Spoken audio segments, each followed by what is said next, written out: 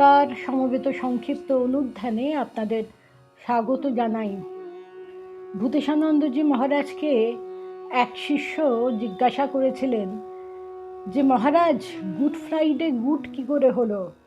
সেদিন তো যীশুখ্রিস্ট ক্রুশবিদ্ধ হয়েছিলেন।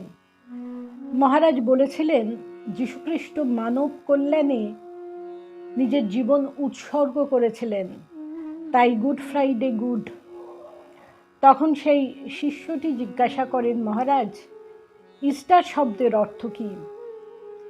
মহারাজ বলেছিলেন, ইস্টার শব্দের অর্থ হল রেজারেকশন বা পুনরুজ্জীবন, বৃহত্তর অর্থে ত্যাগ। আমরা এইটি আজ স্মরণ করে আমাদের সংক্ষিপ্ত মাতৃ অনুধ্যান শুরু করব। শ্রীরামকৃষ্ণ জানতেন তার ইচ্ছায় এ যুগে অন্ন বস্ত্রের অভাব থাকবে না, ভোগ্যবস্তুর প্রাচুর্য হবে। শুধু একটি অভাব দিন দিন বাড়বে, তার নাম ভালোবাসা। তাই তিনি সাধনার ক্ষীর সমুদ্র মন্থন করে যে অমৃত তুললেন, তার অভিধা ভালোবাসা। সেই ভালোবাসা সযত্নে তিনি একটি পাত্রে ঢেলে রাখেন, যার নাম সারদা। পাত্রটি খোলার একটি মহামন্ত্র তিনি জগৎকে শিখিয়ে দিয়ে গেলেন, তা হলো মা। মা বলে ব্যাকুল হয়ে ডাকলেই ওই পাত্রের আবরণটি সরে যাবে এবং মানুষ এই অমৃত পান করে অমর হয়ে যাবে। এই মন্ত্র উচ্চারণ করতে গেলে ধূপ দীপ ভোগরাগের প্রয়োজন নেই, একমাত্র উপাচার ভালোবাসা। শ্রীমা সারদা দেবী পরমা প্রকৃতি মহামায়া। মা উদ্বোধনে থাকতে একদিন ১ নম্বর লক্ষ্মী দত্ত লেনের দত্ত বাড়িতে যতীন মিত্রের কীর্তন শুনতে যান। গোলাপ মা প্রমুখ সঙ্গী ছিলেন। মাথুর কীর্তনের বিরহভাবে মা অর্ধ বাহ্য দশা প্রাপ্ত হন। যখন মাথুর কীর্তনের বিরহ ভাব চলছে, তখন মা অর্ধ বাহ্য দশা প্রাপ্ত হয়েছিলেন।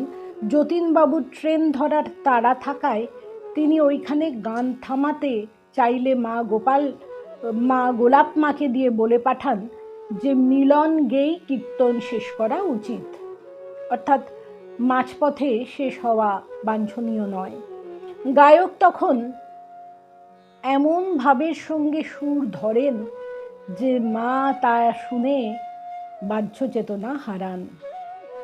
গান শেষ হলে গোলাপ মা অতি সন্তর্পণে হাত ধরে মাকে গাড়িতে ওঠালেন। ভাবাবেশে মায়ের দেহ তখন আর বসে নেই।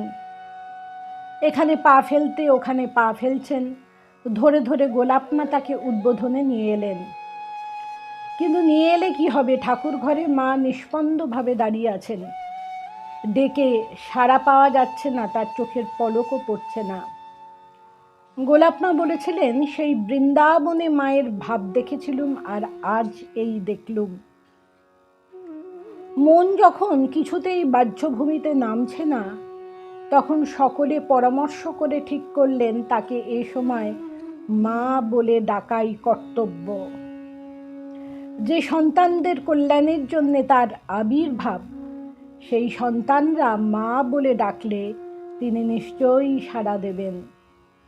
সেই মতো একজন সেবক মায়ের কানের কাছে মা বলে ডাকতে শুরু করলেন। তার ফলে মায়ের দেহে স্পন্দন দেখা দিল। ক্রমে তিনি বলে উঠলেন, কেন বাবা, মা নাম শেখাতে সবে, মা হয়ে এসেছ ভবে। তা যে অমৃত পাত্রটি দিয়েছিলেন, সেই পাত্রটি খোলার মহামন্ত্র ঠাকুর বলে দিয়ে গেছেন মা। তাই তিনি যখন বাহ্য চেতনা হারান, তখন সন্তানরা ঠিক করলেন যে সন্তানের কল্যাণে তার এই পৃথিবীতে আবির্ভাব, অবতরণ, তা মা বলে ডাকলে তিনি সাড়া না দিয়ে পারবেন না। তা ক্রমাগত মা মা বলে ডাকাতে তিনি জ্ঞান ফিরে পেলেন এবং শেষে বললেন, কেন বাবা? সকলে তখন স্বস্তির নিঃশ্বাস ফেললেন।